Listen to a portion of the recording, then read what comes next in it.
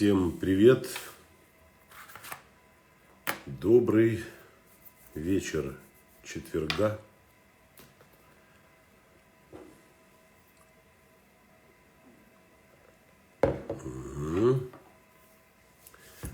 У нас, как обычно, много людей, девушек, мужчин. Сегодня буду отвечать на ваши вопросы. У нас нет какой-то конкретной темы. Олег, привет. Какой-то конкретной темы нет. Буду отвечать на ваши вопросы. Возможно, если у кого-то есть желание, очень коротко, лаконично, по существу задать свой вопрос в прямом эфире, если вы не стесняетесь, не боитесь, готовы обсудить наболевшую проблему, то, конечно же, я могу вывести вас также и в прямой эфир, для того, чтобы мы могли с вами повзаимодействовать вот в таком вот формате, в видеоформате.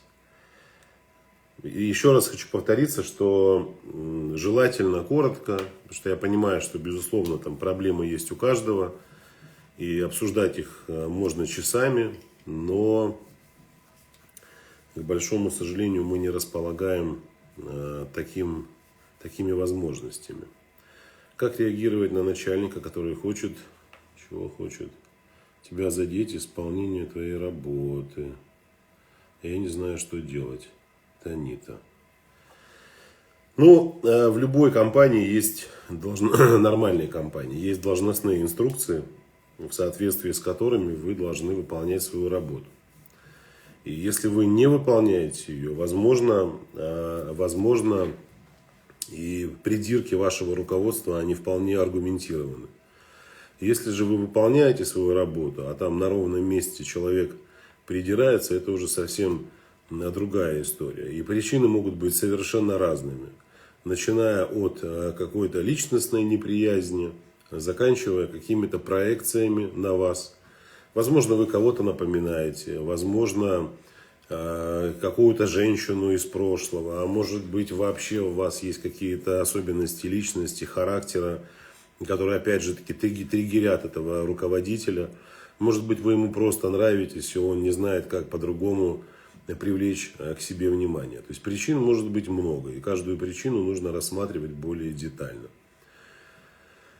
Так, муж прекрасный человек, но я не хочу с ним быть. Прожили 4 года в браке, не могу понять, чего хочу, что делать. Ну, это значит, надо пойти сходить в терапию, пойти к хорошему психологу. Если не можете найти хорошего специалиста в своем городе, можете зайти ко мне на сайт markbarton.com и там выбрать себе хорошего специалиста, который поможет разобраться в данной ситуации. Возможно, какой-то внутренний конфликт, выгорание. Причин, опять же таки, много. Здесь говорить вот потому, что пропали чувства. Ну, что значит пропали чувства? Они могут пропасть, конечно, но для этого должны быть предпосылки какие-то. Но вы пишете о том, что ваш мужчина хороший человек. Ну вот хороший человек, в принципе, это же такое достаточно масштабное понятие. Что значит хороший человек? Он может быть хорошим человеком и помогать кошечкам и собачкам. А может быть хорошим человеком, помогать людям бездомным. А может быть хорошим человеком в отношениях со своими друзьями. А может быть хорошим человеком в общении еще с кем-то. Но вот этот статус хорошего человека, он не распространяется, например, на ваши отношения. Угу.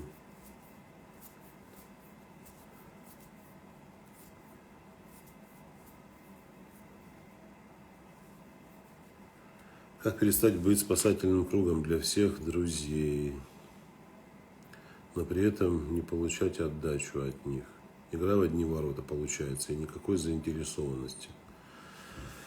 Ну, давайте начнем с того, что этот синдром спасателя, он свойственен женщинам с низкой самооценкой, с нездоровой самооценкой.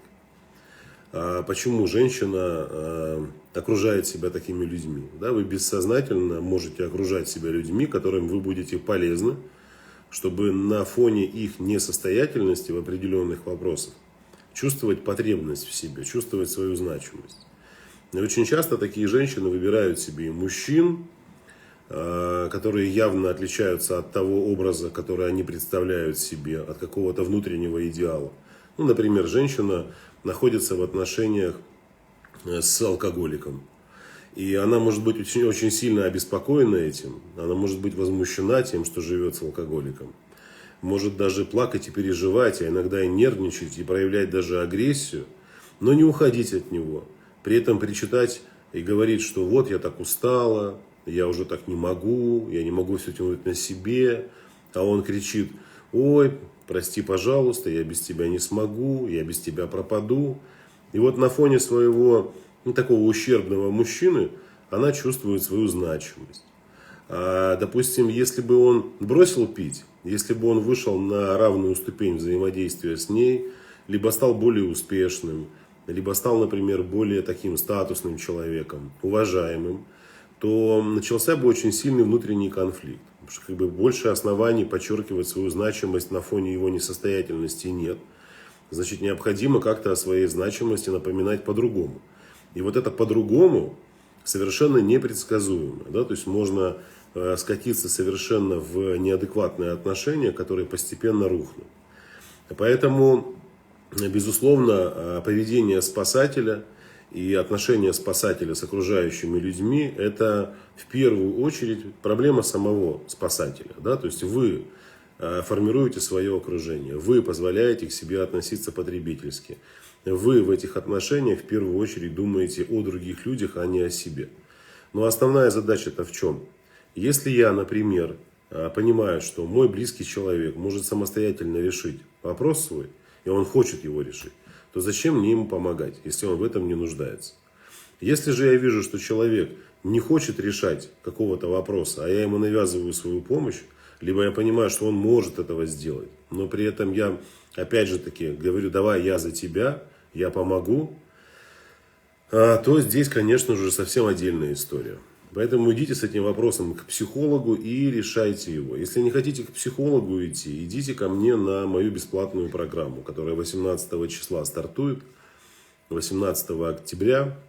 Зарегистрироваться можно у меня в шапке профиля, есть ссылочка.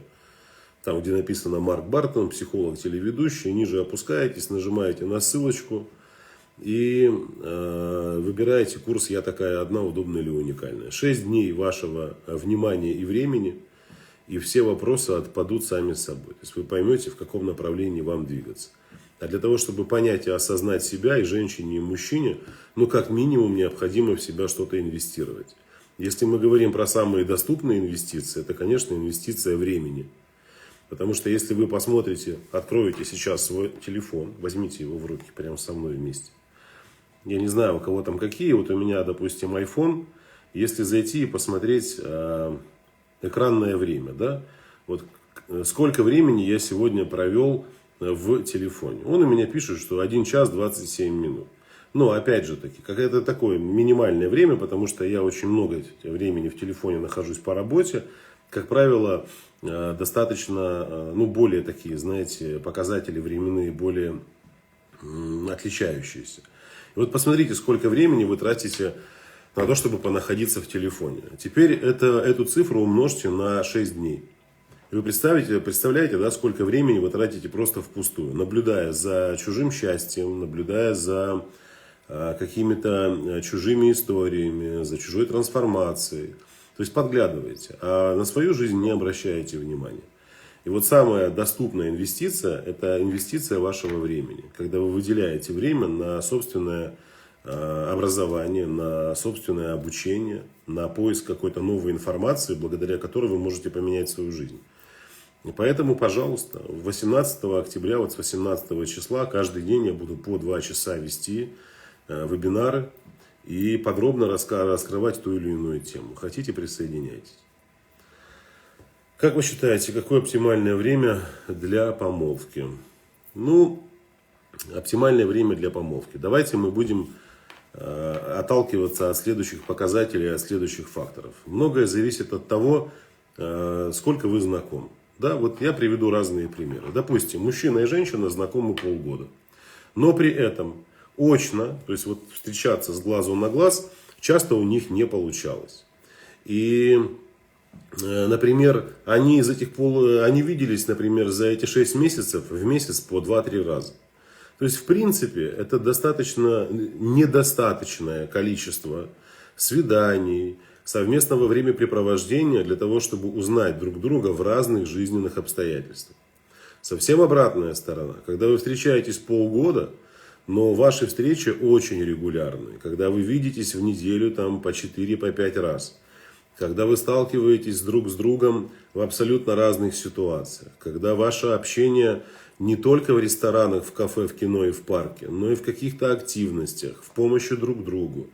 Когда вы узнаете окружение, когда вы узнаете о том, каким образом мужчина там зарабатывает деньги, а он понимает, как устроена ваша жизнь.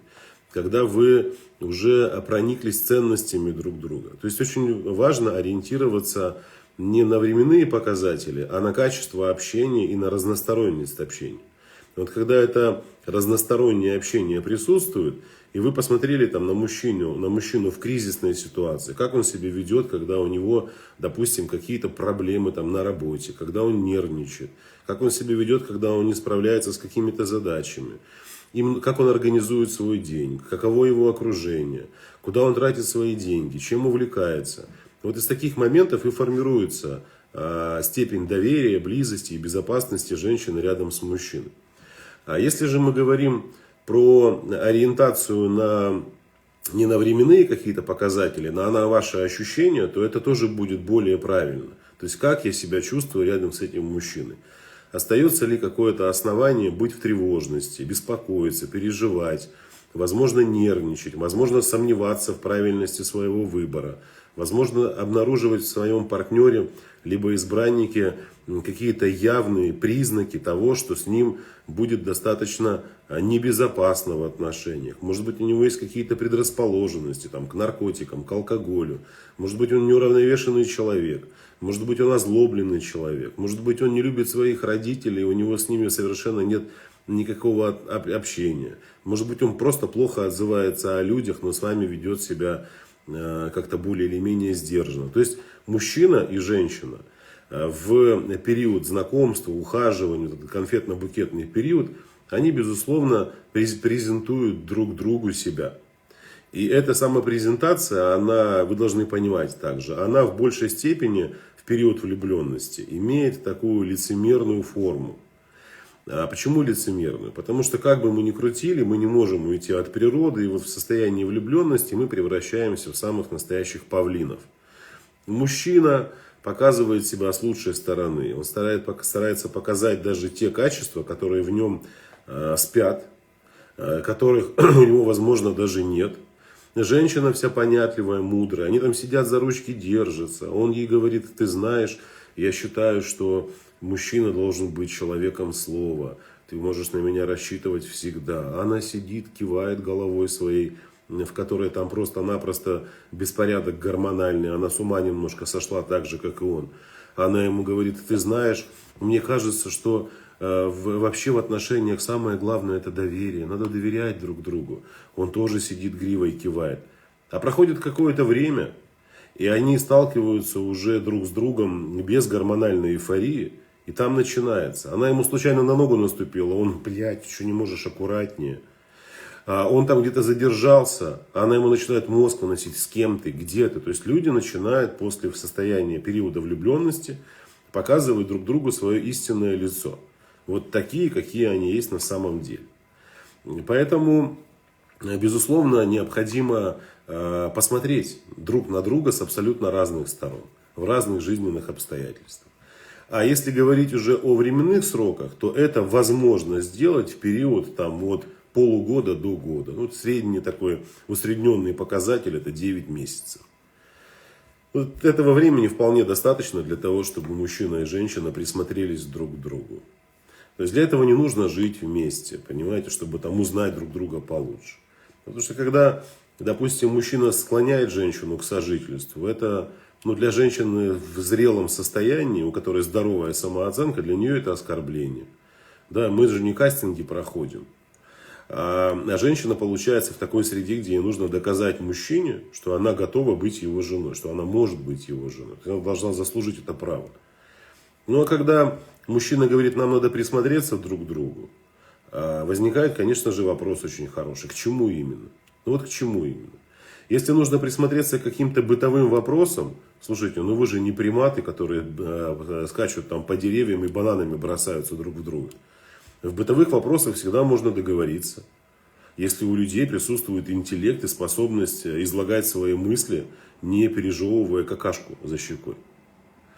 А все, что касается остальных моментов, безусловно, там могут возникнуть трудности. А какие трудности? Если вы заранее не обговорили какие-то финансовые моменты, если вы заранее не обговорили какие-то сексуальные моменты, если вы заранее не обговорили быт, то, в принципе, да, там могут начаться достаточно серьезные проблемы. Но еще раз повторюсь, для того, чтобы жить, узнать друг друга, не нужно жить вместе. Присмотреться, притереться, все это, знаете, невротиками придумано, безответственными мужчинами, которые просто хотят получать все то, что принадлежит мужу, но при этом не брать ответственность за женщину. Вот и все.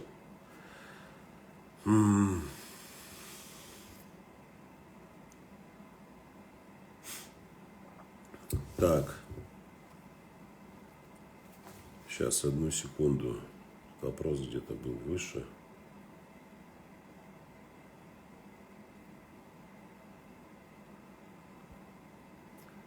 Марк, проконсультируйте, пожалуйста. Я осознаю, что подсознательно на людях надеваю маску. Я исполнительный работник, не могу сказать нет. И страх обсуждения меня. Самооценочка. Самооценка, детско-родительские отношения, сепарация от родителей. Все это может быть причиной вашего состояния. Потому что вот все то, о чем вы сейчас говорите, по поводу маски, которую вы надеваете на лицо, и у вас нет возможности сказать нет людям, то есть вы боитесь отказать. И, конечно же, это все связано с самооценкой. Самокритичность, персонализация. Персонализация – это один из паттернов негативного мышления, он очень распространен среди женщин с низкой самооценкой, и среди мужчин в том числе. Поэтому здесь, опять же таки, да, давайте будем взрослыми людьми. Вот если сейчас давать какие-то рекомендации просто от балды, ну это будет неэффективно. Идти в терапию будет эффективно, в индивидуальную терапию. Не хотите в индивидуальную, идите на мои программы бесплатные. А не хотите на бесплатные, идите на платные. Но с этим нужно что-то делать. Давным-давно уже человечество приходит к очень простому выводу. Если я на протяжении определенного количества времени, лет, действую и живу по одному и тому же сценарию, и за счет собственных ресурсов не способен, либо не способна что-либо изменить, то есть в моей жизни ничего не меняется, планы на жизнь присутствуют, мечты присутствуют, ожидания присутствуют, фактическая реальность совершенно иная. В этом случае, безусловно, нужно сделать что? Нужно пойти в трансформацию. Эта трансформация возможна вместе со специалистами. И не нужно этого бояться. Абсолютно. Марк, может лучше мужчин научить адекватности? Почему всему? Ой, прекратите вот эти инфантильные свои соплюхи распускать. Может лучше мужчин научить? Мужчин достойных миллионы. Миллионы мужчин достойных. Но вы сидите и рассказываете, может лучше мужчин научить. Чему? Что он должен научиться любить женщину, которая плевать на себя хотела? Вот что я должен рассказывать мужчинам? У меня есть мужчины в индивидуальной работе. Да, безусловно, гораздо сложнее с мужчинами работать в групповой динамике. Потому что они к этому в меньшей степени готовы, нежели чем женщины. Но вот что я должен рассказать мужчине? Ты должен любить женщину, которая себя ненавидит, которая об себя ноги вытирает, которая себя не ценит, которая предает свои ценности, которая относится к себе как к тряпке половой, которая позволяет себе жить с алкоголиком, наркоманом, с безработным мужиком, с тем, кто ходит, шляется направо-налево, обзывает, унижает и бьет. Так при чем тут мужчина этот? Это же вы с ним живете, с этим алкоголиком, наркоманом и абьюзером. И более того, вы от них уходите, бросаете их и думаете, что вы встретите нормального мужчину. Вы в себе вообще. Это то же самое, что готовить в кастрюле еду и никогда не мыть ее. Во что она превратится?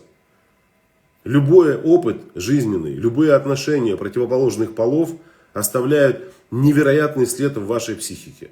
Невероятный просто. И вы с этим хламом идете в следующие отношения.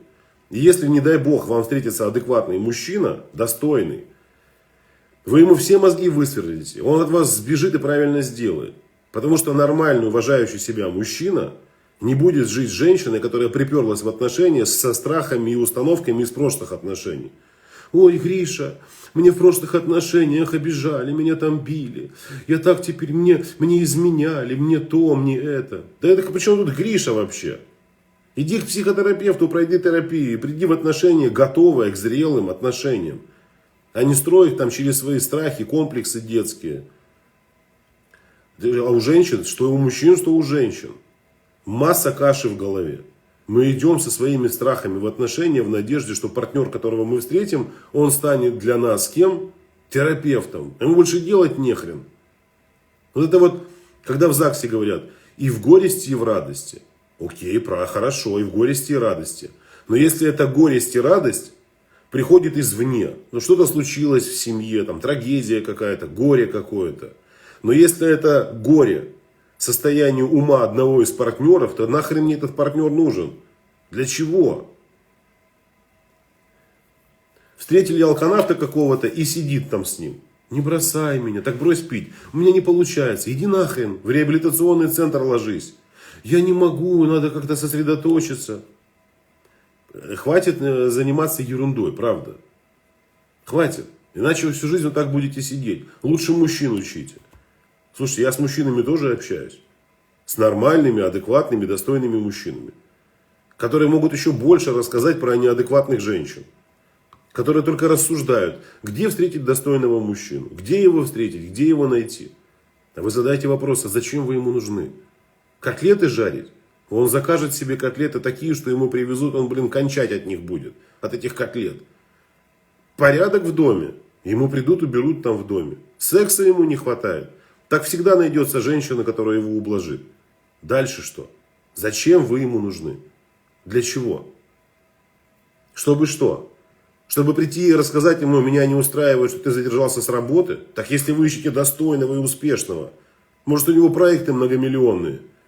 И он не готов сидеть и каждых 5 минут дрожать там в кабинете. Что сейчас моя Галя мне пришлет? О, Господи! Вечером поговорим. С кислой мордой ходить по дому, обижаться на него постоянно. Вот про это, что ли? Достойному мужчине такая женщина не нужна. Абсолютно. Ему нужна женщина, рядом с которой он будет чувствовать себя мужчиной. Обнаружит свои состояния. Самые прекрасные. Будет признан, будет авторитетом, будет принят. Женщина будет благодарить его. Будет благодарна ему, восхищаться им будет. Вот такая ему женщина нужна. Равно как и мужчине достойному. Какая женщина? О какой женщине он мечтает? И что он готов ей давать? Он тоже готов заботиться о ней, любить ее, не препятствовать ее развитию, мозги ей не выносить. Абсолютно нормальный взаимообмен. Но когда встречаются невротики, вы понимаете, и они там начинают строить отношения, типа, так это же уже не отношения. Встретились. Они понятия не имеют, что это. Но говорят, что вот у нас с собой союз.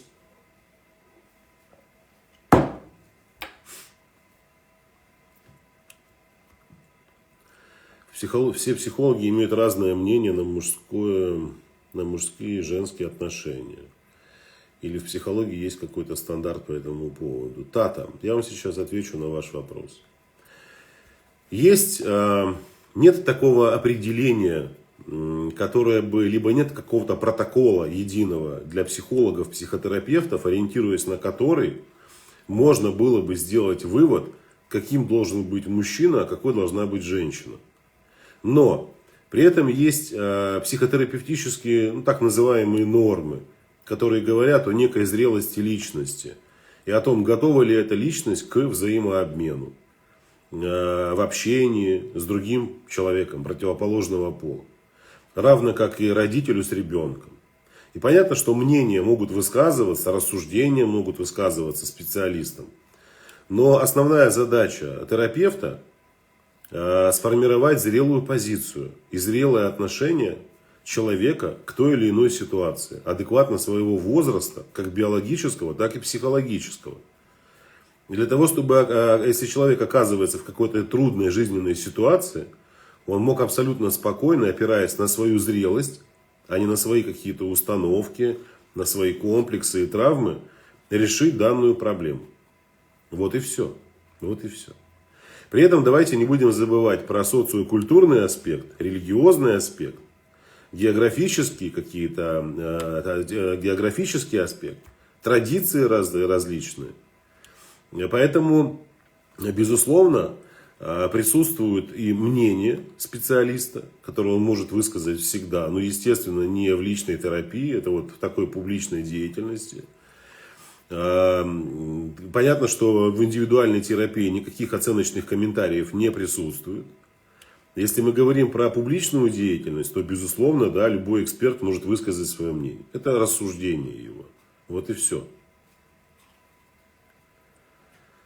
Хочу проработать отношения с мамой, чтобы они не отражались на отношениях с мужчинами. У вас есть такой курс? Ну, смотрите, курса отдельного на проработку отношений с мамой нет. Но есть программа «Я женщина» терапевтическая, в которую входит работа с родителями. Там сепарация от мамы и сепарация от папы. Тема достаточно глубокая, настолько, что многие женщины даже не подозревают, что всю свою жизнь они находятся в таком достаточно связанном состоянии с психологической пуповиной, либо соском своей матери. Из-за этого у них, безусловно, не хватает энергии на то, чтобы строить свои отношения. Потому что отсутствующая сепарация не дает возможности такой. И если женщина ее не проходит, то, безусловно, это может отражаться на абсолютно разных сферах жизни. Это касается и сексуальной сферы, это касается и финансов, и вашей самореализации, и многого-многого другого. Как перестать быть невротиком, если с детства заложены все эти установки? Также в течение жизни нервы потрепанные нехило. Легко сказать, не будьте невротиком, когда нервов уже нет просто. Дарья, послушайте меня внимательно. Вы сейчас пишете с позиции своей израненной души. Да? И к вашему комментарию и к вашему состоянию я, безусловно, отношусь с уважением. И понятно, что там есть и боль, и разочарование, и понятно, что там есть шлейф родительских отношений. Но я вам приведу очень простой пример. Вы привыкли большую часть своей работы, например, выполнять правой рукой, потому что вы правша. Вы правой рукой пишете, вы правой рукой едите, вы правой рукой управляете там какими-то подручными средствами. Но не дай бог в какой-то момент она просто-напросто выпадает из вашей жизнедеятельности. Вы ее нечаянно сломали, либо у вас какой-то ожог, либо еще что-то. И больше вы ничего не можете делать правой рукой. И вам нужно адаптироваться под совершенно новые действия, которые вам были незнакомы на протяжении всей вашей жизни. Теперь все то, что вы делали правой рукой, необходимо делать левой, постоянно выполняя определенные функции. Безусловно, все ваши действия будут какими? Неуклюжими, вы будете все ронять, это будет доставлять определенный дискомфорт, это будет давать вам, где-то сподвигать к тому, чтобы вы начинали нервничать, чувствовать себя дискомфортно. Но постепенно, когда вы адаптируетесь, ваше состояние будет абсолютно естественным. Почему? Потому что будут задействованы определенные центры мозговые. Потому что будут задействованы определенные нейросвязи. Потому что просто-напросто будет бессознательно сформированы определенные когнитивные стратегии, благодаря которым вы будете жить нормальной человеческой жизнью. Вот наша психика, она очень здорово и качественно может менять свои тактики поведения. Вот все, что вы сейчас говорите, это, безусловно, через свою боль. Если же мы говорим про терапию, это внедрение абсолютно новых механизмов управления своей жизнью. Начиная от механизмов защиты границ личного пространства, заканчивая всем остальным. И если вы понимаете, что вы не можете перестать быть невротиком, и вам необходимо с этим что-то делать, то для этого есть четкие терапевтические инструкции, следуя которым вы меняете свою жизнь. Вот так же, как вы пытаетесь испечь какой-то вкусный пирог, но при этом никогда его не готовили. Вы берете рецептурник, открываете, следуя этому рецептурнику, готовите его. И если даже в первый раз у вас не получилось, то обязательно получится в 21-й. Так же и здесь. Когда, например, я приведу просто разные примеры. Приходят ко мне на групповые программы девушки. Они приходят каждый месяц. Количество девушек, которые уже прошли групповые программы, я сейчас говорю про бесплатный курс «Я такая одна, удобная или уникальная», более 700 тысяч человек. Вы можете себе представить, сколько это? 700 тысяч женщин стали выпускницами программы «Я такая одна, удобная или уникальная». И когда они приходят и начинают узнавать и знакомиться со своими причинно-следственными связями, почему произошло именно так, а почему мне не получается, а что мне мешает, а что необходимо сделать для того, чтобы я изменилась, им даются абсолютно действенные инструменты и инструкции, благодаря которым они могут что-то поменять в своей жизни. Так вот, дело в том, что когда человеку даже дается пошаговая инструкция, не всякий берет ее и пользуется. Знаете почему? Потому что, опять же таки, есть и присутствуют очень простые и такие закономерные приемы нашей психики. Какие? Психика выбирает те действия, которые наименее затратны. И, безусловно, как только вы поставили перед собой цель трансформироваться, вот эта энергозатратность, она воспринимается как угроза для жизни. Я объясню почему. Когда человек находится в невротическом состоянии, то есть в состоянии стресса, и этот стресс становится постоянным, организмом, а если говорить еще более прямо, ваш мозг оценивает это состояние как надвигающуюся гибель, то есть смерть. А в состоянии стресса организм мобилизуется настолько, что абсолютно любые действия, не влияющие в данный момент на спасение жизни, они становятся лишними. И у вас начинается апатия, прокрастинация, опускаются руки. Вы найдете массу причин и поводов, чтобы не пойти в свою трансформацию и не пойти в работу над собой. Вы все обесцените. Вы скажете, что у вас нет времени. Вы скажете о том, что мне ничего не поможет. Вы усомнитесь в качестве этих инструкций. То есть вы найдете любой повод, только чтобы не пойти в энергозатраты. Потому что они для вас опасны. Поэтому здесь очень, Женя, привет, дорогой мой. Здесь очень важно понимать и осознавать это. Что когда я ставлю перед собой цель пойти в терапию, всегда найдутся какие-то причины, по которым вы этого не будете делать и будете постоянно откладывать на потом. Это то же самое, знаете, когда, например, человек мечтает стать успешным, мечтает стать богатым, там, зарабатывать деньги. Ну, успех как бы такое состояние достаточно индивидуальное. Для кого-то это деньги, для кого-то это что-то иное. Для кого-то это, возможно, там, открытие благотворительного фонда, либо детского дома. Ну, как бы это уже личное дело каждого. Но люди же мечтают часто. И это, наверное, одно из самых любимых занятий. Но при этом, особенно еще смотрят разные фильмы. Там типа «Успех», «Мечтай», «Нарисуй себе картинки», «Карту желаний», «Визуализируй себя богатым». А они даже не понимают, что вот эти все рекомендации, которые даются, без четкой инструкции выполнения, только лишь вредят организму. Потому что та же дофаминергическая система, которая взаимодействует с выработкой дофамина, она может настолько привести человека в состояние запутанности, что вы никогда не сдвинетесь с места. Вы будете только лишь заниматься мечтами, только лишь рассуждениями и не более того. Поэтому абсолютно любые действия, они должны выполняться, следуя определенным инструкциям. Когда я понимаю, что у меня не получалось вот так, я буду делать вот так. Если не получается еще, я буду делать по-другому. Да, вот очень простой принцип. Что отличает гения от дурака? Вот гений, он не повторяет своих ошибок, если понимает, что они вредят ему. А дурак повторяет одни и те же ошибки. То есть он постоянно делает одно и то же, сталкивается с одним и тем же результатом и ничего не меняет. А гениальный человек, он будет совершать новые ошибки и никогда не будет их бояться. Никогда. Поэтому как-то так.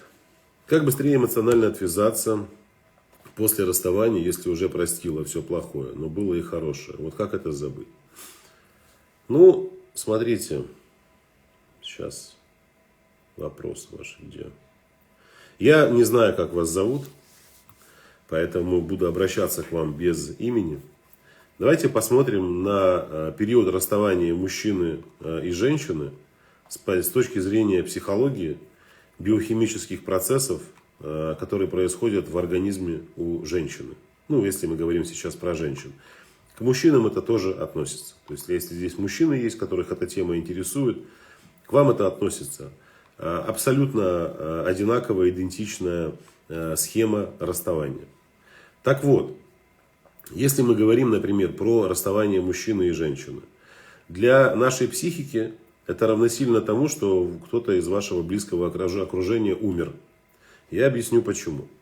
Когда мужчина и женщина начинают общаться, когда они переходят от простого общения к взаимодействию на разных уровнях, и сексуальная близость, и не только сексуальная близость, при этом еще и энергообмен, душевные какие-то воссоединения, общие привычки, быт, праздники. Что происходит в этот момент? Хотите вы или нет, безусловно, репродуктивная система мужчины и женщины сонастраиваются друг с другом. Ассоциативно и нейроассоциативно происходит очень сильная привязка биохимическая. То есть мужчина и женщины окружают свое пространство, вернее наполняют свое пространство едиными источниками радости. Ну, например, праздники, традиции, поездки, совместный отдых, даже какие-то стрессовые ситуации. То есть на гормональном уровне происходит очень сильная фиксация. Безусловно, там начинают еще присоединяться общие биоритмы и так далее, и так далее. Ну, представьте себе, партнера больше нет рядом. То есть он, в принципе, оторвался от вас. Но та настройка, которая произошла на протяжении нескольких лет, например, в совместных отношениях, она до сих пор осталась. То есть запрос вашего организма присутствует. И там, конечно, в состоянии стресса что начинается? Пока вы были с мужчиной, если просто нужно опять же таки смотреть на процесс расставания с разных сторон. Расставание может быть внезапным, может быть такое. Вроде бы было все хорошо, тут раз расстались, мужчина взял и ушел. Возможно такое. В этом случае формула будет совершенно иной. То есть женщина проваливается в очень сильное состояние стресса, вплоть до апатии и глубокой депрессии. Почему? Потому что начинается огромная выработка кортизола, начинается огромная выработка пролактина, который в состоянии стресса начинает уничтожать женщину абсолютно на всех уровнях. А безусловно высокий пролактин всегда подавляет выработку дофамина и эндорфинов, то есть источников радости уже никаких нет. И появляется огромное количество бета-эндорфина. А бета-эндорфин это гормональный такой наркотик, который стабилизирует психику и нервную систему в стрессовых ситуациях. И действует на организм человека как эндогенный опиат, то есть самый настоящий наркотик. То есть чем длительный период страданий, тем больше этого наркотика в организме. Чем больше наркотика, тем сильнее привыкание. И женщина бессознательно привыкает к чему? К периоду страдания. То есть где-то вторичная выгода уже формируется. Страдать дальше. Почему? Потому что если я перестану страдать, то у меня, естественно, и закончится бета-эндорфин. Организму это невыгодно. Стабилизатор исчезнет и может вообще немножко начать, простите меня за прямолинейность, кукушка подъезжать. И здесь, конечно, в этой ситуации состояние женщины достаточно сложное. И нужно работать с ней в таком психотерапевтическом подходе, благодаря которому она будет стабилизировать и работу своей гормональной системы, и, безусловно, абсолютно осознанно, абсолютно спланированно оказывать себе помощь при внедрении каких-то новых когнитивных процессов для того, чтобы выйти из этого состояния. В одиночку это сделать невозможно. Вот практически невозможно. Да, там, безусловно, кто-то пытается за счет каких-то альтернативных источников, спасать себя. Там кто-то злоупотребляет алкоголем, кто-то едой, кто-то наркотиками, кто-то моментально пытается встретить другого мужчину, чтобы забыться. Но все это неэффективно. это никаким образом не несет положительного результата для женщины, только лишь усугубляет ее состояние. Поэтому здесь, конечно же, я всегда женщинам, которые находятся в период расставания с мужчиной, как бы это странно ни звучало, рекомендую уходить, если это позволяет, конечно, здоровье ваше, уходить в очень сильные физические нагрузки. А особенно перенагружать большие мышцы ног. Вот. Почему я даю такую рекомендацию очень часто? Я вам сейчас объясню. Дело в том, что когда мы сталкиваемся, доводим свои большие мышцы ног, то есть крупные мышцы нашего организма, до состояния переутомления, начинается очень сильная выработка анандамида. Анандамид — это гормон, который по своему воздействию на головной мозг является аналогом каннабиса, то есть самой настоящей травы, марихуаны. И особенно если мы берем марафонцев, которые бегают на длительные дистанции, тяжелоатлетов, бодибилдеров, пауэрлифтеров, спринтеров, которые постоянно перенагружают свои ноги, у них уже формируется очень сильная зависимость от анандамида. И если он не занимается какое-то время, у него начинается самая настоящая ломка. Но для чего этот анандамид нужен? Анандамид нужен для того, чтобы вы в состоянии стресса, во-первых, могли выспаться. Для того, чтобы вы могли абсолютно спокойно находиться в своем ресурсе, восстановить свои ресурсы. То есть здесь может быть все, что угодно. Это могут быть многочисленные приседания. Многочисленные, это значит, их должно быть столько, чтобы вы уже не могли встать и доползти до своей кровати. Опять же таки, повторюсь, если нет противопоказания врача. Либо это занятие с утяжелением, либо это бег, либо это работа в станке с каким-то отягощениями, с какими-то тяжестями, жим ногами, все, что вы хотите и можете делать. Почему это важно? Потому что в этот момент при высокой выработке анандамида начинается цепная реакция. При сильной переутомляемости там пойдет и анандамид, там начнет работать и эндорфин, там начнет вырабатываться и дофамин. Но еще более важный момент, на который необходимо обратить внимание, это, конечно же, окситоцин, который был напрямую взаимосвязан с вашим партнером. Партнера сейчас нет, и партнер просто-напросто исчез из вашего пространства, а потребность в окситоцине присутствует.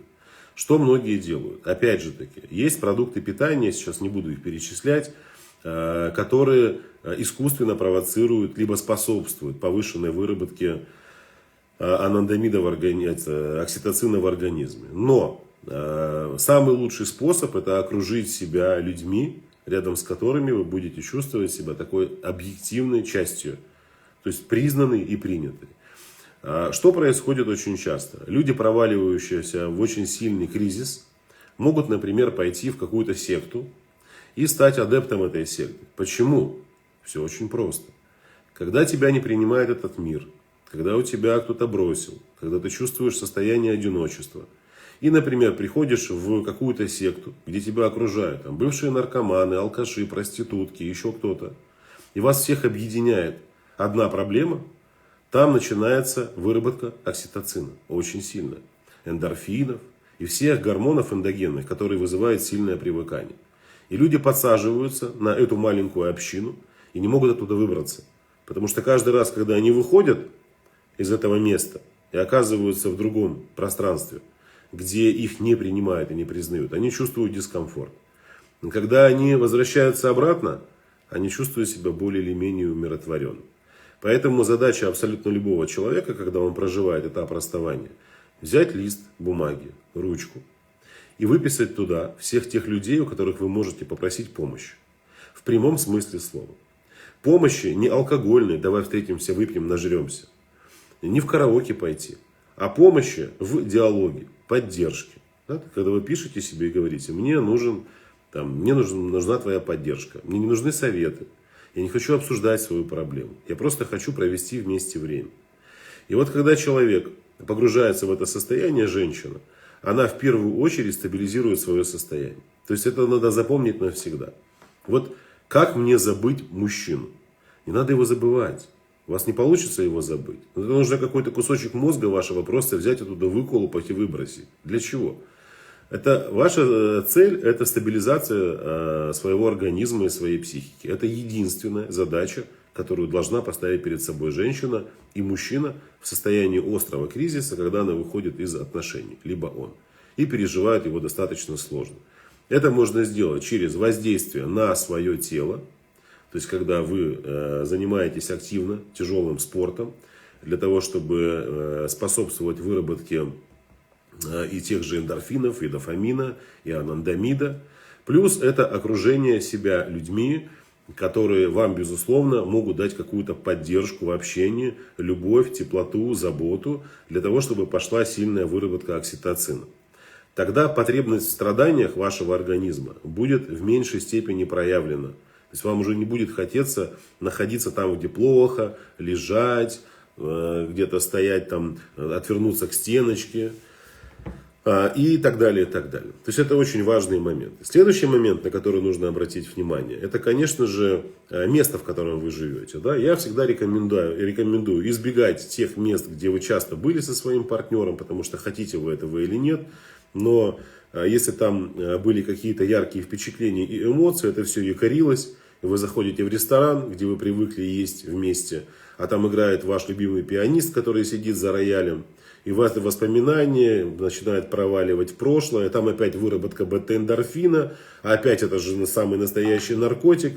И понеслось по кругу. Поэтому здесь в период расставания не нужно искать каких-то таких чудотворных действий, каких-то там воздействий на свою психику. Вся самопомощь, она исключительно через осознанность осуществляется. Все. Понятно, что если вы самостоятельно не справляетесь с этим, нужно пойти за помощью к специалисту. Но следующий момент очень важный, наверное, такой один из самых важных. Когда закончился период страданий, а период расставания он имеет определенные этапы, то что происходит? Вы должны поставить перед собой одну простую цель, да, и задать себе один вопрос. Почему так произошло в моей жизни? То есть проанализировать опыт своих отношений. Прошлых отношений, там, если были еще какие-то отношения, и те отношения проанализировать. И задать себе вопрос, а как мне сделать так, чтобы подобный опыт больше не повторился в моей жизни? Ведь одно дело, когда мы расстаемся с партнером, и совсем другое дело, когда мы вновь входим в один и тот же сценарий отношений. И плюс-минус там какие-то, возможно, нюансы отличаются, но в общем одно и то же. И здесь, конечно же, необходимо поработать со своей предрасположенностью, потому что у многих женщин есть просто и у мужчин тоже предрасположенность притягивать к себе одних и тех же людей. Вот если женщина, например, сформировала в детские годы, там, в подростковом периоде, такую ролевую установку жертвы, если она по жизни жертва, она будет к себе постоянно притягивать кого? Тиранов, абьюзеров, агрессоров. Она будет постоянно сталкиваться с ситуациями, где ее будут обижать и унижать. И не потому, что этот мир плохой, потому что у нее так устроена ее психика. Потому что по-другому она взаимодействовать с окружающим миром не умеет. Если женщина была агрессором, вот она сформировала установку агрессора. У нее есть страх близких отношений, она через эту установку защищается. Строит контакты с теми людьми, которых не подпускает к себе близко. Что она делает? Она также будет постоянно притягивать тех людей, в которых будет находить причины и поводы раздражаться на них. Быть ими недовольной, орать, возмущаться, кричать. Также и с женщиной-спасателем. Она также будет притягивать в свою жизнь каких мужчин? Мужчин, которых ей нужно будет спасать, тянуть за собой. И не потому, что они плохие, а потому, что она других не замечает. Вот жертва, она всегда ходит в очках, надевает их на глаза вот так. И обнаруживает только тех агрессоров, которые могут ей подойти, которых замечают ее линзы. Агрессор надевает очки, через которые замечает только тех людей, которые будут ее бесить. Понимаете? Спасатель будет надевать на себя очки спасателя и замечать только тем, кому она будет нужна и полезна. А нормальные есть, конечно. Это осознанные, зрелые люди, которые не находятся ни в роли спасателя, ни в роли жертвы, ни в роли агрессора. Никаких невротических наклонностей. Есть четкое понимание того, кто я, чего я хочу, куда я иду. Есть абсолютная аутентичность со своими состояниями, чувствами, эмоциями, ценностями. И я не пытаюсь, и не хочу, и не буду от них отказываться. Вот и все. А все это работа, это все поэтапная работа. И, безусловно, это все можно сделать, понимаете, при желании. Как это изменить? Я же уже отвечал вам. Что либо вы идете в индивидуальную терапию, работаете, и хотите, идите ко мне на программы бесплатные. У меня с 18 числа стартует бесплатный онлайн-курс, терапевтический, диагностический, где вы поймете все причинно-следственные связи. Это здесь я рассказываю так все в такой форме рассуждения. Там мы будем рисовать с вами, выводить различные диаграммы, схемы, графики, показывать, как те или иные гормоны влияют на женщину, что они в ней, что они с ней делают, каким образом формируется зависимость, созависимость, каким образом формируются границы личного пространства, как блоки в теле влияют на женщину. То есть там тем достаточно много. Поэтому вам решать. Если хотите, у меня ссылка находится в шапке профиля. Заходите, Марк Бартон, психолог, телеведущий, ниже ссылочка. Нажимаете и проходите регистрацию. Программа называется «Я такая одна, удобна или уникальна». С 18 числа, с 18 октября мы стартуем. Ссылка у меня в шапке профиля.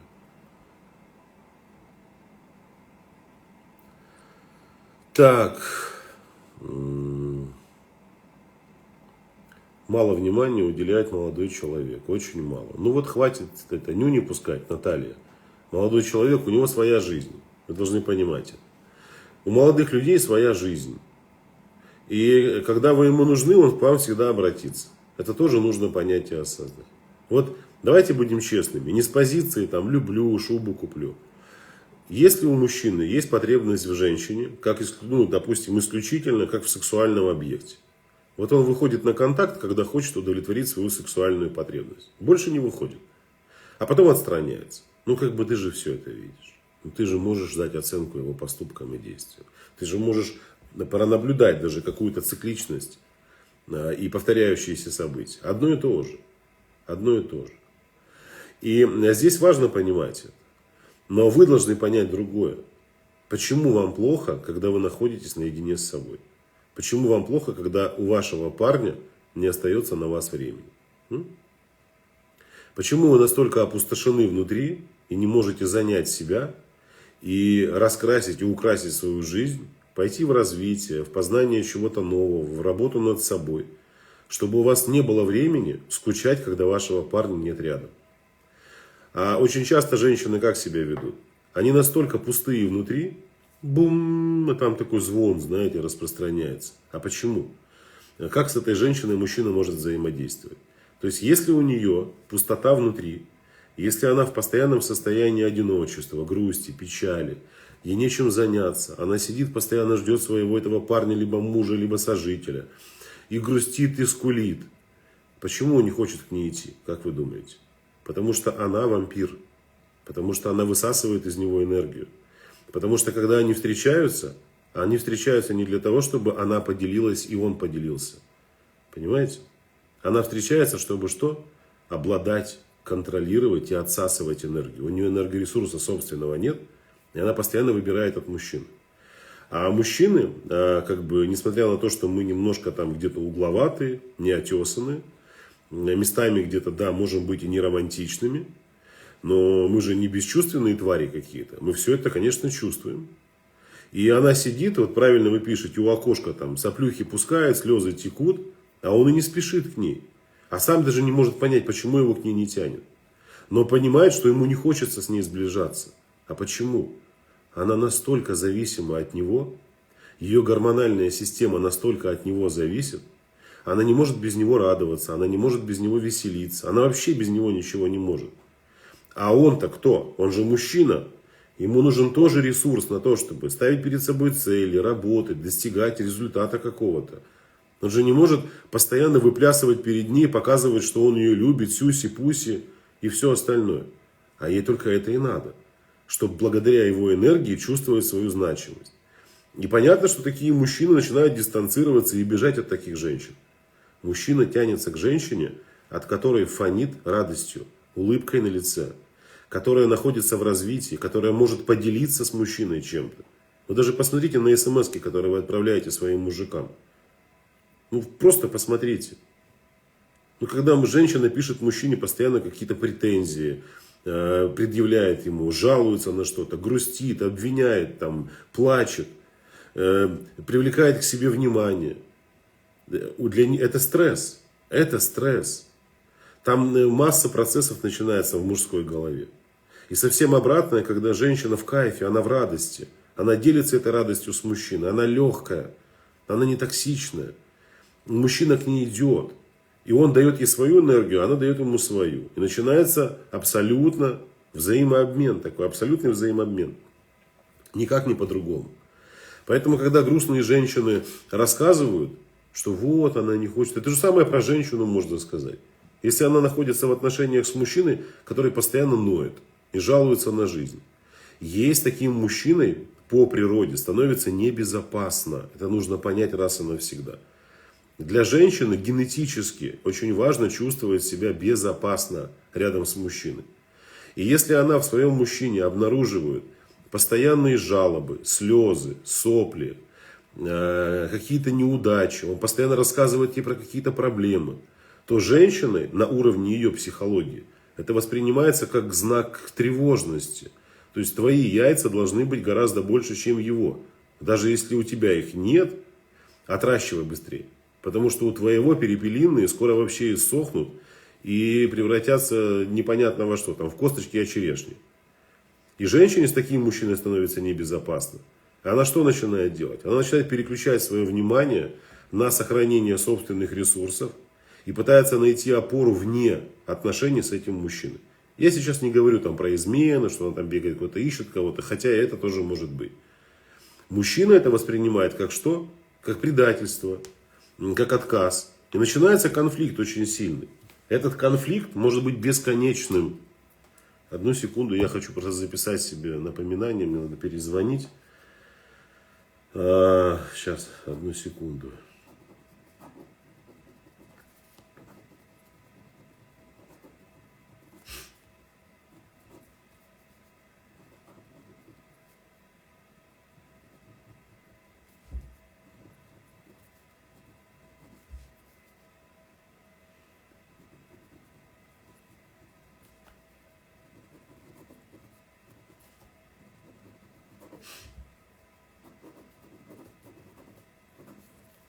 Все, простите.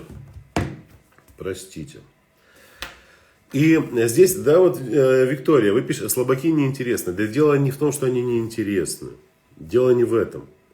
Дело в том, что по природе своей, по генетике своей, да, вот давайте я часто на своих лекциях, на вебинарах, которые я веду, там и платные, и неплатные, говорю женщинам о том, что, и мужчинам тоже, о том, что мы с вами живем в современном мире. Вот я сижу здесь, например, у себя в кабинете, а вы сидите у себя дома, либо на работе, либо в автомобиле, либо вообще по улице идете. И имеете возможность слышать меня и видеть. Почему? Потому что это все происходит благодаря современным достижениям науки. Но при этом вы даже не понимаете, что проснувшись завтра утром, вы пойдете покакаете и пописаете, потому что ваш организм работает ровно так же, как он работал 10 тысяч лет назад. И ваша пищеварительная система, которая проходила определенные этапы эволюционирования, она тоже адаптировалась не за один день, а спустя какое-то, за определенное количество лет, столетий, тысячелетий. О чем это говорит? О том, что сейчас, даже совершив такой очень серьезный технологичный скачок в развитии, мы забываем о том, что генетически мы еще во многом ориентированы на многотысячелетнюю историю. А эта многотысячелетняя история говорит о чем? О том, что если женщина не чувствует себя в безопасности рядом с мужчиной, у нее начинают просыпаться инстинкты самосохранения. Этот инстинкт самосохранения напрямую связан с инстинктом и размножением. И есть люди, которые они из-за своей недалекости, из-за своей необразованности, они не понимают этого. Они мало читали, они не учились этому. И для них подобная информация является просто пылью. Но хотя бы если бы кто-то из них попробовал хоть раз эту информацию собрать, они бы сами убедились в том, что это так. А как происходит? Вот женщина встречает мужчину. Там, безусловно, кроме влюбленности, присутствует аспект безопасности.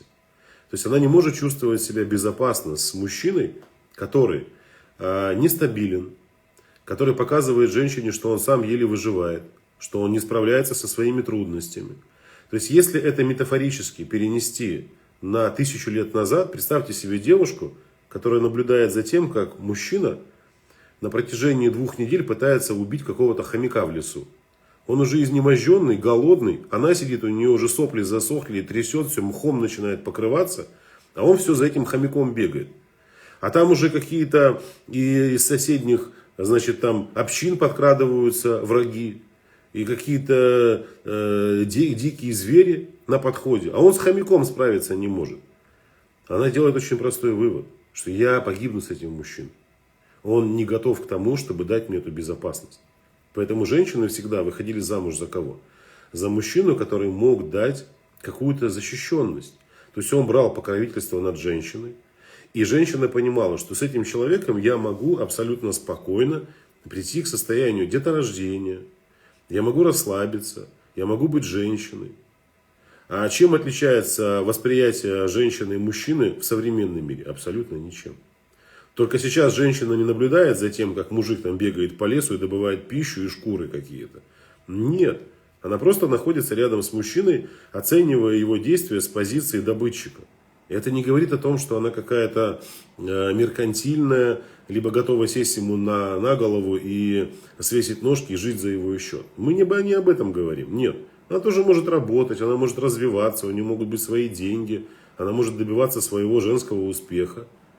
Но она, наблюдая за мужчиной, который находится рядом, не понимает, каким образом ему можно довериться. А теперь давайте о другом поговорим. Когда женщина понимает, что она не может довериться мужчине, то есть расслабиться, там естественным образом могут начаться проблемы и с продолжением рода. А сколько таких семейных пар, которые приходят к врачу, им говорят, у вас все в порядке, но забеременеть они не могут. И ты начинаешь работать с такой семейной парой и понимаешь, что там женщина живет в постоянном тревоге, в постоянном страхе. Она не верит в своего мужчину, она сомневается в том, что он может быть источником каких-то гарантий для нее.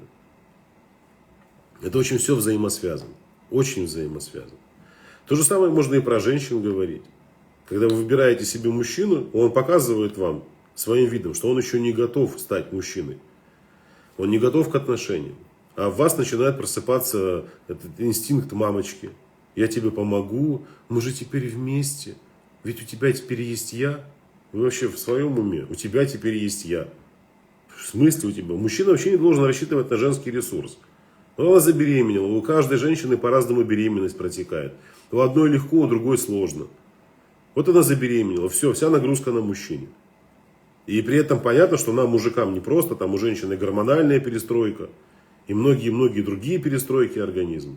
Но я вам хочу открыть очень интересную вещь, удивительнейшую вещь, которую вы никогда в жизни нигде не слышали и не услышите. Так вот, послушайте внимательно. И будьте прям максимально внимательными. Смотрите, когда мужчина находится в состоянии движения к цели, то есть когда он сконцентрирован на своем росте и успехе, опять же таки повторюсь, рост и успех это абсолютно индивидуально для каждого, но у мужчины есть цель. Как только мужчина ставит перед собой цель и начинает двигаться к ней, в нем временно могут уснуть романтика, эмоциональность душевная такая, лирическая. То есть он превращается в такого охотника, который фиксирует свой взгляд исключительно на цель. В этот период многие женщины могут начать возмущаться, что вот ты думаешь только про работу, вот ты думаешь только о себе. Нет. Он не думает только о себе и только про работу. Он по-другому не может в данный момент времени думать, потому что биохимия его организма концентрирует его внимание на достижении цели. Так вот, что происходит? Смотрите, мужчина, который действительно толковый, созревший, он не является вот этим мальчиком, которого нужно взращивать, от которых вы беременеете и потом мучаетесь. Вот он целенаправлен, у него есть цель. Что происходит? Беременеет его женщина. Женщина начинает в состоянии беременности проживать разные этапы эмоционального неспокойствия. Происходит гормональная перенастройка. Женщина, давайте будем прямо говорить, она может превратиться просто в истеричку, в капризную, в агрессивную, в раздражительную, в какую угодно. Так вот, если рядом с такой женщиной целеустремленный мужчина, у которого есть цель в жизни, на него ее поведение никогда не будет распространяться. Почему? Потому что его биохимия настроила его на цель. Понимаете? То есть это природой заложенные функции. То есть если рядом с женщиной в прямом смысле слова охотник, ее истерики не будут влиять на его психику. Почему? Потому что процесс энергосбережения и фиксации на цели будет отсекать ненужную информацию. Если же мужчина является раздолбаем, то есть у него никакой цели нет, он постоянно свою женщину грузит, что вот ты такая-сякая, он постоянно на нее надеется, он еще не созрел как личность, то понятно, когда она забеременеет, он что сделает? Он будет постоянно с ней ругаться, он будет тоже капризничать, он будет находиться в каком состоянии? В состоянии неуравновешенного поведения. То есть он будет вести себя абсолютно неадекватно.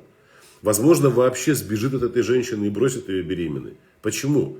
Потому что так как у него никаких целей, у него нет никакого развития, у него нет никакой зрелости, его несозревшая, неокрепшая психика не способна справиться с этими состояниями.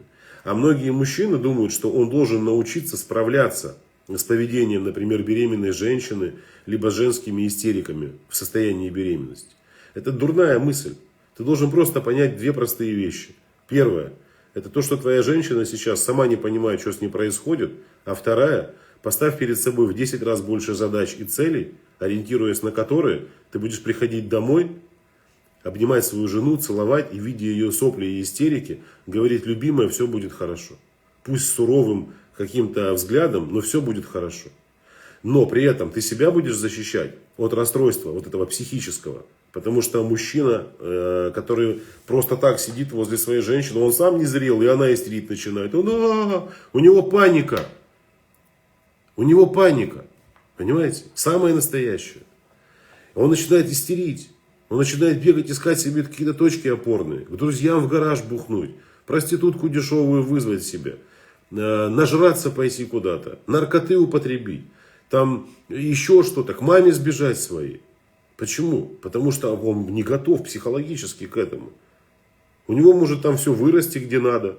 И борода вроде бы есть, и член отрос. И он иногда умные вещи говорит. И может 100 грамм выпить, не закусив. А по факту-то, столкнувшись со стрессовой ситуацией. А вы, женщины, что делаете? Вы постоянно мешаете мужчинам становиться мужчинами. Сначала мамы мешают. В прямом смысле слова. Растят из своих мальчиков маменькиных сыночков. Он там чихнул, она уже в аптеку побежала. У него в боку заколола, она уже ему клизму ставит. Он что-то не так сделал, она уже: господи, сынулечка, скорая, скорая. Потом женщина встречается. Я тебе нашла работу. Позвони вот сюда. Может быть, тебе нужно сделать. А может быть то, а может быть это, а может быть вот это. Я представляю, блядь, если бы эта женщина, вот такие женщины жили в те времена, когда мужики охотились. Ну, правда. Муж пошел на охоту, она бегает за ним по лесу. Васенька, Васенька, что ж ты, блядь, так целишься? Ты ж видишь, заяц в той стороне, а с другой стороны лось. В него проще попасть, Васенька. Васенька раз к лосю повернулся. Она: вот пока ты поворачивался к лосю, он уже сбежал. Иди обратно к зайцу. Он уже к зайцу, и зайца уже нет. То есть это же маразм, правда? Если женщина будет руководить поведением мужчины. Как ему зарабатывать, как ему добиваться результата, какие цели перед собой ставить. То есть это все, это конец. Это конец. А вы это делаете. Направляете. Вася туда, Гриша сюда. Ну, что это такое? Каждый должен заниматься своими делами. Мужчина своими, женщина своими. А по поводу мужчин тоже, знаете, такая интересная вещь. Вы должны запомнить это. Сейчас мужики будут радоваться. Вот 100%. Если этот эфир смотрят мужчины, или со своими даже девушками, прям пишите в комментарии, что вам нравится эта мысль, которую я сейчас озвучу. Запомните раз и навсегда. Никогда за всю историю существования человечества мужчина не проводил столько времени рядом с женой и с детьми, сколько он проводит в современном мире. Никогда. Вот этот трудовой кодекс, состоящий там из 8-часового рабочего дня, и плюс многие социокультурные аспекты современности заставили мужчину что? Стать домашним котиком. Он просыпается утром, они кушают бутерброд с докторской колбаской вместе со своей женой. Они целуют друг друга в щечки. И когда он выходит из квартиры, что происходит? Генетически женщина мечтает о том, чтобы он побыстрее вернулся домой. Знаете почему? Потому что до сих пор генетически в ней заложенный страх, что если мой мужчина уходит туда, куда-то, то он идет как бы охотиться, воевать. Хрен его знает, вернется или нет. Вдруг убьют, вдруг волки съедят. Это генетический страх. Но живет-то она уже в современном мире. И поэтому, когда она отпускает его на работу, она постоянно сидит тревожная, и трясется, что он не вернется домой. Либо его трахнут где-то какие-то бабы озабоченные, либо он сбежит от нее какой-то женщине, либо его сожрут там. Понимаете? А у мужчины наоборот. Генетически заложенная программа. Выйти из дома, оставив своей жене побольше спермы, семени, пускай там разбирается с ней, зачатие пусть происходит. Пойду добывать еду, пищу, охотиться, завоевывать новые земли. Домой торопиться точно не буду, пока не добьюсь результата. И вот он как неприкаянный и шатается. На работу пошел, с работы вышел, вроде бы как бы что делать с этим. Прется там непонятно куда, к друзьям, еще куда-то. То есть получается просто-напросто недопонимание друг друга. Вот на таких вещах элементарнейших мужчина и женщина, они начинают ругаться. Она пытается его удержать, этого мужика у себя, там, не знаю, там, за узду какую-то. А наоборот. То есть, если вы выбрали себе мужчину, ваша задача, наоборот, выпихивать его из дома. Кыш отсюда, иди, дверь открыли, блин, пошел. Я с детьми сама справлюсь. Он поцеловал их на ночь, поиграл, провел какое-то время, сказку почитал, там, попинали мяч на улице, пофутболили. Иди. К друзьям, там, спортом занимайтесь, идите на рыбалку, на охоту. Чеши отсюда. А почему? Ну, потому что адекватный мужчина, уважающий себя, он всегда будет уважать свой выбор. Если он покидает зону своего выбора, это не значит, что он побежал заниматься какой-то херней. Для чего ему это нужно? Для чего? Даже если он просто сидит, трепется с мужиками и пьет чай, это тоже нормально для мужчин. Потому что рассказать своей женщине о том, что у меня что-то не получилось в течение дня, это признать себя лохом. А если в мужском обществе он скажет: мужики, я лоханулся. Все что, да ладно, брателло, что ты начинаешь, давай там перетрем, сейчас найдем решение. Для него это не западло, простите меня за жаргон. Там наоборот он почувствует поддержку. А если он женщине расскажет: вот у меня не получается там кое-что, она скажет: давай вместе найдем решение вопроса. То есть она ему как бы сообщает: Вася, не переживай, у меня тоже есть яйца, они чуть-чуть меньше, чем твои. Я помогу тебе решить вопрос. То есть она подчеркивает его слабость. А он не хочет, чтобы подчеркивали его слабость. Он начинает бежать от нее. Выгоняйте своих мужиков на улицу. Ну не на мороз без трусов, конечно. А пусть идут.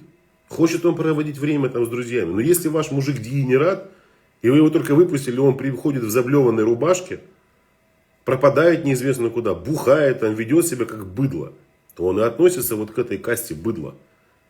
Так это же ваш выбор. Не хотите с таким быть, найдите другого. Но когда люди начинают находиться в отношениях и устраивают дискомфорт друг другу, выбирай либо я, либо бильярд. Да я, между прочим, каждый день бильярд выбираю. Что? Я каждый день выбираю бильярд. Руку в карман засовываю и бильяржу там, как хочу, своими шарами. Так что не напрягай меня. И вот эти все какие-то ультиматумы, либо я, либо это, либо то. Если... Успокойтесь, мы же встречаемся не для того, чтобы нам хуже стало. Чтобы лучше было. Чтобы нам было весело, радостно, комфортно. Понятно, что есть ответственность. Есть ответственность, да. От нее никто не отказывается. Но не усложняйте друг другу жизнь. Я уже как-то говорил о том, что, слушайте, ну, хоть раз спросили у своего мужа, либо у жены утром: любимая, вот как ты хочешь провести день, чтобы тебе было классно? Без меня. В смысле? Ну вот без меня как ты хочешь оторваться сегодня, чтобы тебе было хорошо? Иди. И я тоже пойду. Опять же таки, здесь что начинает работать? Выбор, любовь, доверие, ответственность. Понятно, что есть такие семьи. Там. Как ты хочешь провести этот день без меня? А он там в своей голове: о, пойду сейчас со стрепухами оторвуся. Ну, ей скажу, что пойду в библиотеку имени Ленина изучать биологию, тараканотворение.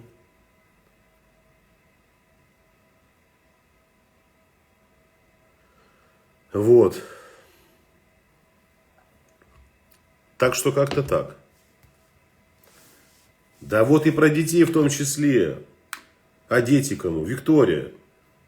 Вы должны понимать, что одна из самых таких опасных категорий семей, которые в наибольшей степени подвержены расставанию, разводу, это детоцентрические семьи.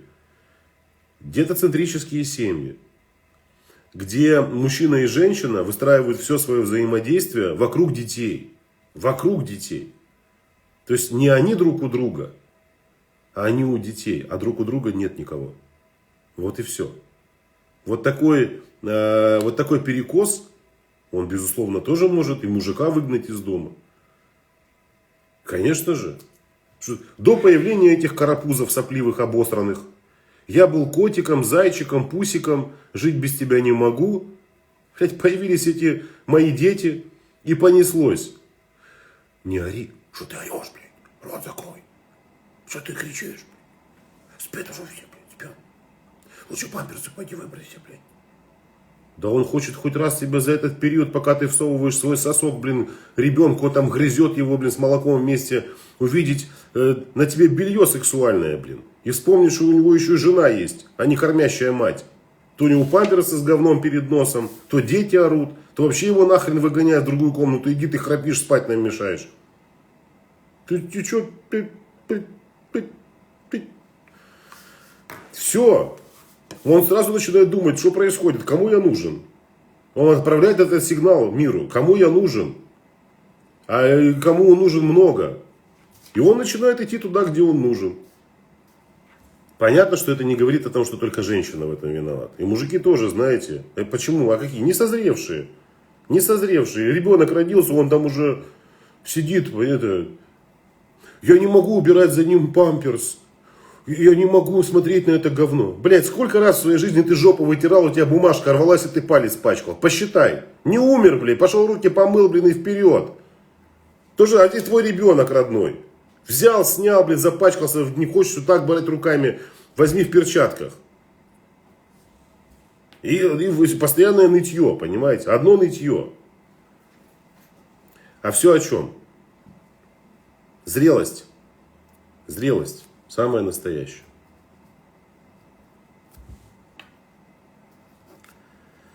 Сейчас, одну секунду, надо еще кое-что подметку себе сделать.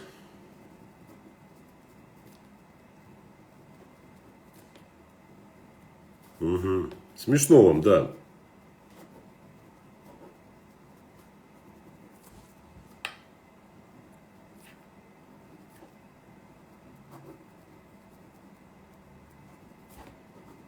Угу.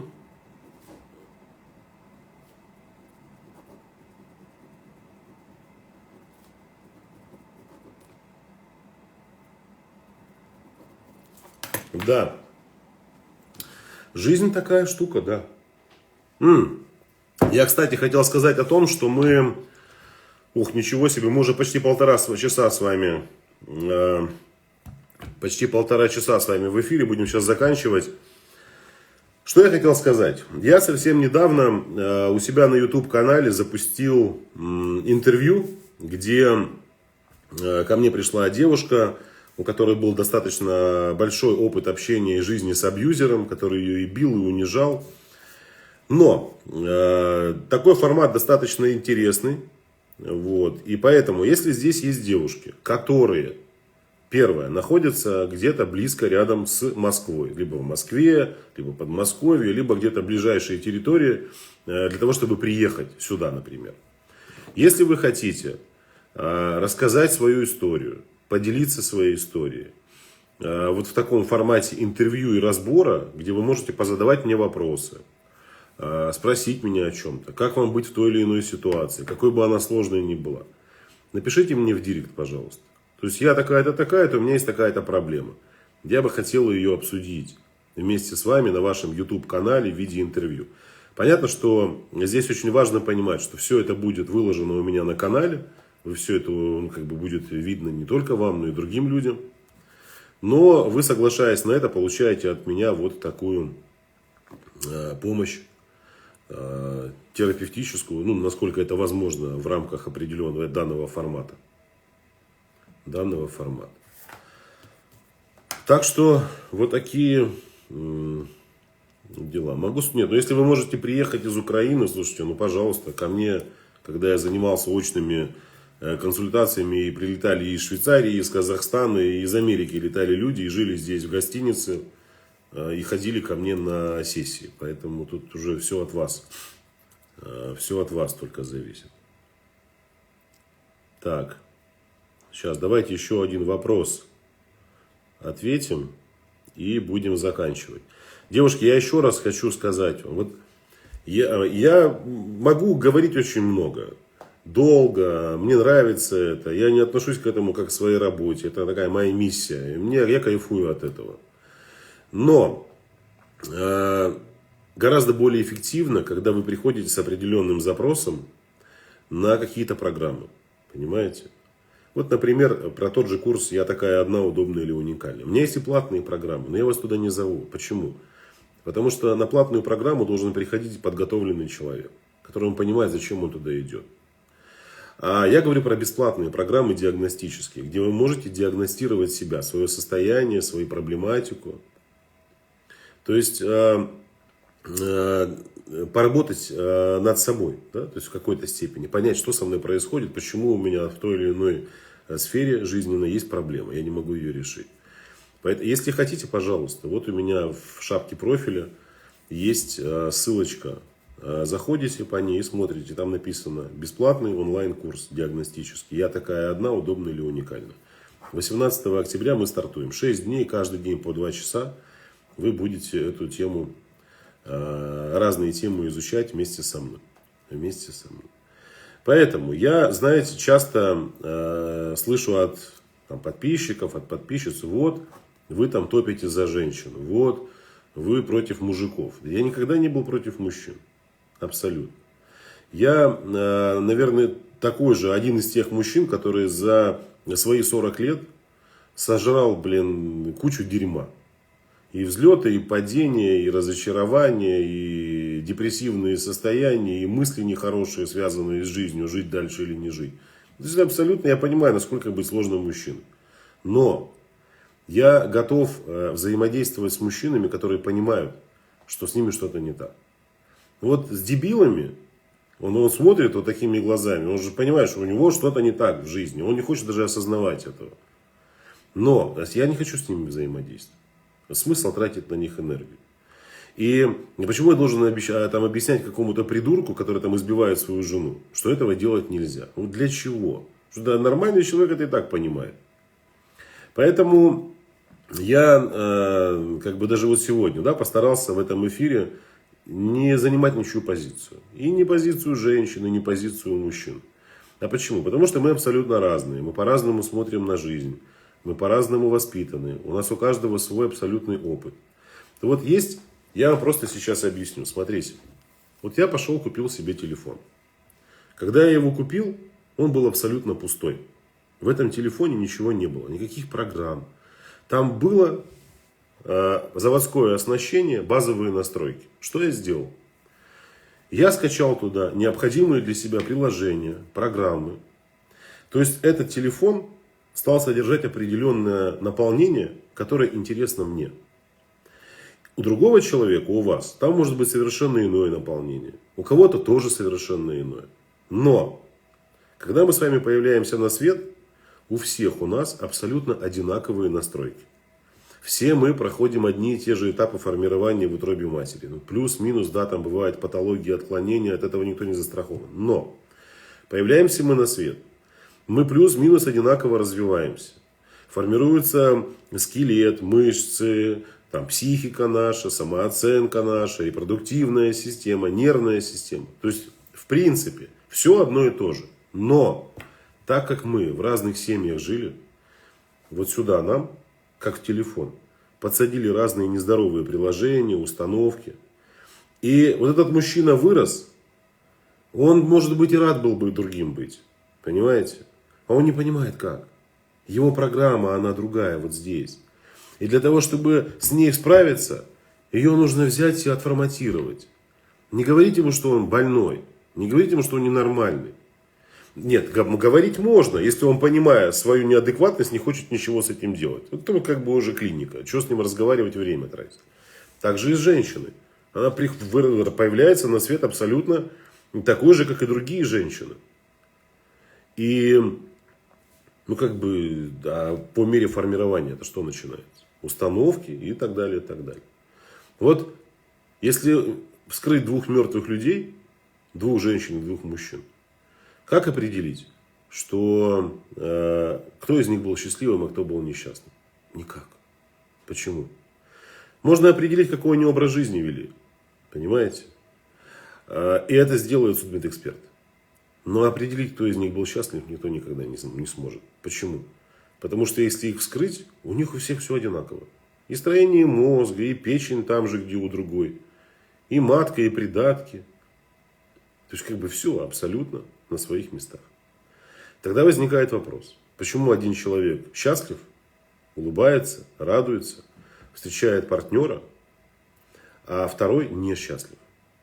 И не может встретить своего человека, не может реализовать себя. О чем это говорит? О том, что что-то у меня здесь не так.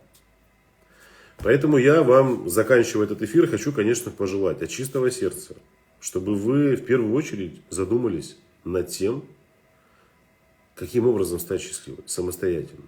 Вот каждая женщина должна поставить перед собой такую цель. Как я могу стать счастливой без мужчины? А мужчина должен поставить перед собой цель. Как я могу стать сильным, уверенным в себе без женщины? Но никогда не получится у мужчины стать сильным и уверенным за счет соблазнения женщины. При содействии женской любви, да, но не за счет того, что он соблазняет кого-то. И вот такие цели, которые мы ставим перед собой, их нужно достигать. И поэтому прекратите выносить друг другу мозги на ровном месте. Если у вас не получается прийти к гармонии в отношениях, значит вы просто не умеете. И в этом обвинить вас никто не может. Либо давай учиться, либо давай разбегаться. Я не обещаю, но постараюсь еще на этой неделе выйти в эфир. На следующий 100% будет 3 эфира. Но на этой неделе я еще постараюсь хотя бы один раз выйти в эфир и вот так с вами душевно поговорить. Всех благодарю за вопросы, за то, что вы были здесь, 1,5 часа. Всем хорошего вечера. Эфир я постараюсь сейчас сохранить. Увидимся с вами уже в ближайшее время. И напоминаю, что ссылка на регистрацию на бесплатную программу у меня в шапке профиля. Всем пока-пока.